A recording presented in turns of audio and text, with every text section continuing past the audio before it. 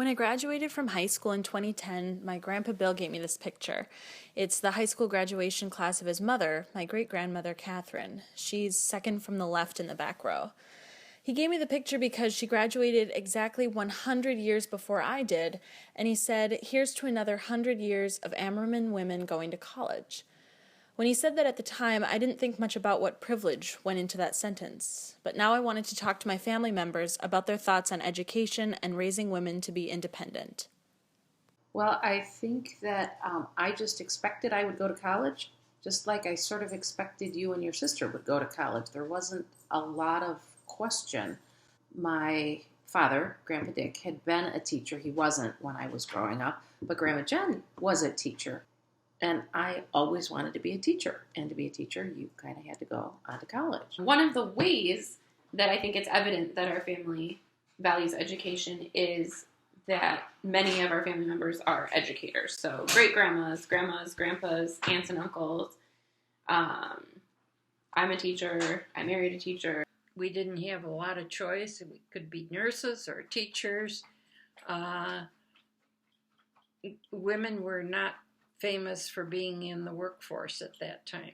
Grandpa Dick asked me if I thought I could be a teacher for my whole life, and if I thought that that was something that I would enjoy for my entire career. Whatever they wanted to do, we didn't have any expectations or specific desires that they should do. That was up to them. That really made me think, like, our family values education, but they also value studying a career or studying a subject that you enjoy and that you can be successful in. Throughout my entire life, my dad taught at the University in River Falls, Wisconsin, and I don't think we ever talked about, oh, you got to go to college, you got to do this or that. But, since I was a kid, we'd be over at the university. It was kind of part of life. Well, and I should also mention that, my dad and his brothers would have been working at the brickyard if it weren't for the GI Bill. I think that's the same case, not the brickyard, but with... Your Grandpa Dick would have been working at the brewery. Was it ever a question whether or not you would go to college? Was that ever a question? No, I would always go to college. They all ended up in professions. My dad was the only one as a teacher, and he tells a story about it was really hard for his dad.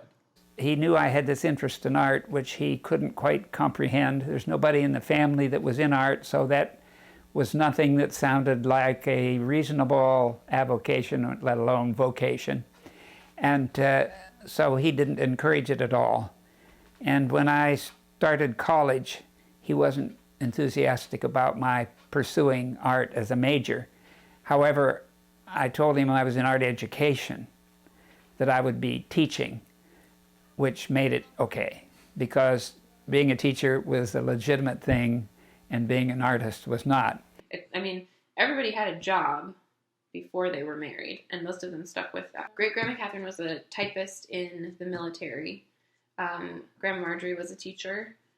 Grandma Sue was a nurse. Grandma Jen was a teacher. When you were young, I read this book, you and Kelsey read this book called Raising Ophelia. I backed away from the scary parts and decided that building strong women was the key. Grandpa Ben still wanting you to be in school after you got married. Oh, that was one of the conditions. It was okay to get married if I finished college. I had to finish college. Being the mom of two girls, I believe very much in trying to have them be strong. So after sifting through hours of footage, I've come to realize how much privilege I've never thought about before. I'm privileged to come from a two-parent family that identifies as white.